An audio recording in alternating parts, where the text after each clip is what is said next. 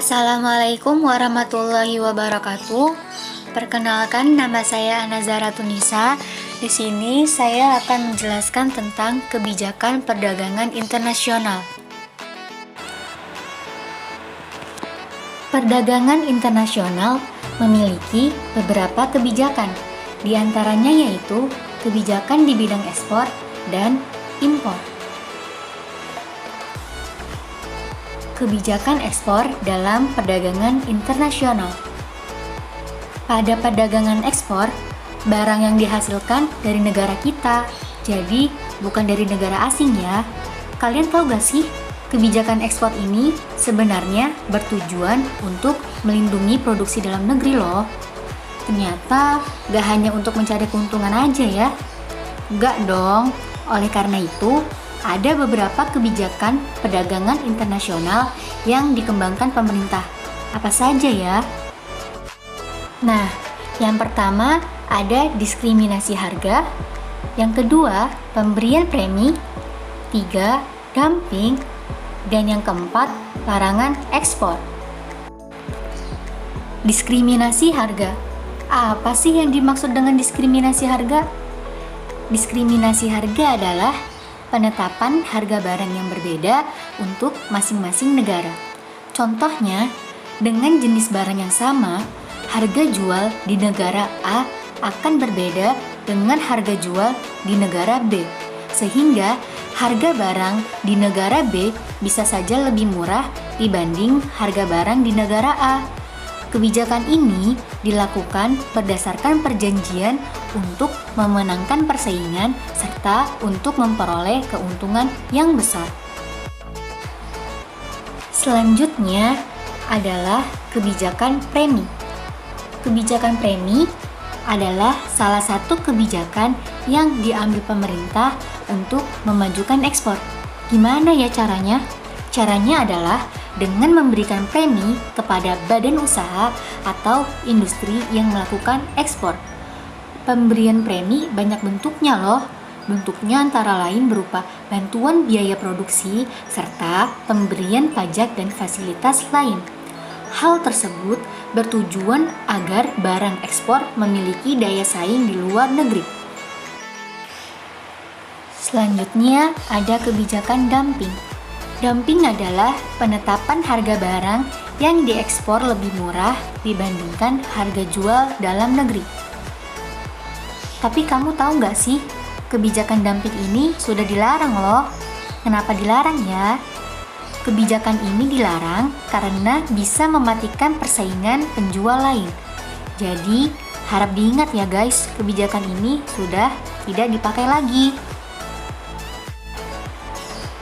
Selanjutnya ada larangan ekspor. Sesuai dengan namanya, larangan ekspor adalah kebijakan suatu negara untuk melarang ekspor barang-barang tertentu ke luar negeri. Ada beberapa alasan yang melatar belakanginya, antara lain karena adanya alasan ekonomi, politik, sosial, dan budaya. Contohnya apa saja sih? Contoh dari alasan ekonomi yaitu larangan ekspor karena ingin mendorong perkembangan industri lokal.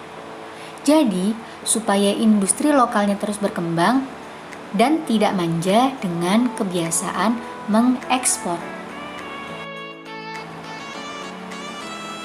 Sekarang, kita masuk ke bagian impor ya guys. Kalian tahu gak sih impor itu apa? Impor itu kebalikan dari ekspor. Ya, betul banget. Dalam kasus impor barang, barangnya diproduksi di luar negeri. Jadi, barangnya bukan berasal dari negara kita ya. Sama seperti ekspor, ada beberapa kebijakan yang diterapkan dalam kaitannya dengan impor. Secara garis besar, kebijakan-kebijakan ini dilakukan untuk melindungi perusahaan dalam negeri. Kebijakan apa saja sih? Yuk, simak penjelasannya. Yang pertama ada kuota. Dalam konteks impor, yang dimaksud dengan kuota adalah jumlah suatu barang yang bisa diimpor dalam satu periode tertentu. Kuota impor ini sudah diprediksikan sebelumnya, sehingga tidak mengganggu industri dalam negeri. Meskipun demikian, jika suatu negara sedang memberlakukan perdagangan bebas, maka kebijakan kuota tidak bisa dipakai lagi karena akan menghambat proses perdagangan internasionalnya. Selanjutnya adalah tarif. Kebijakan tarif adalah penerapan tarif yang tinggi untuk impor barang-barang tertentu. Kebijakan tarif ini diharapkan bisa membantu barang produksi dalam negeri meningkatkan daya saingnya di pasar, sehingga konsumen tidak hanya membeli barang impor saja. Berikutnya adalah subsidi. Kebijakan subsidi adalah kebijakan yang bertujuan untuk menekan harga barang produksi lokal, sehingga produk lokal bisa lebih murah dibanding produk impor. Dan yang terakhir adalah larangan impor.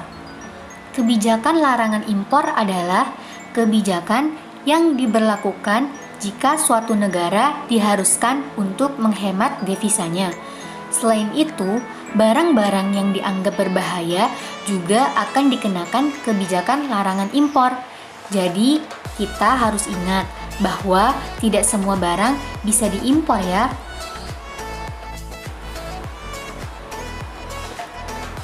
Oke deh, mungkin itu saja yang bisa saya sampaikan. Kurang dan lebihnya mohon dimaafkan. Wassalamualaikum warahmatullahi wabarakatuh.